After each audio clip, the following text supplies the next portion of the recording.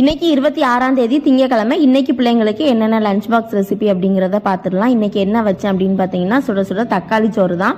சூப்பராக இருந்துச்சு. இன்னைக்கு தக்காளி சோறு நல்லா பொலன்னு வந்துருந்தது பார்த்துக்கோங்க.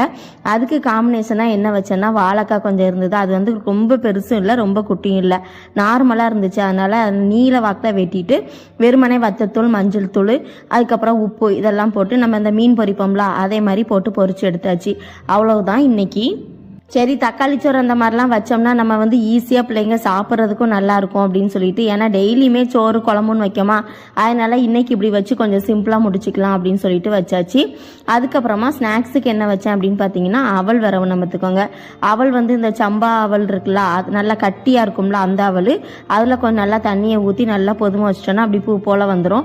அதுக்கப்புறம் கொஞ்சம் தேங்காய் திருவி போட்டு கொஞ்சமாக சீனி இல்லாட்டா நாட்டு சக்கரை ஏதாவது போட்டு நல்லா போட்டு கிளறி எடுத்துட்டோன்னு வச்சுக்கோங்களேன். அவல் சாப்பிட்றதுக்கு அவ்வளோ டேஸ்ட்.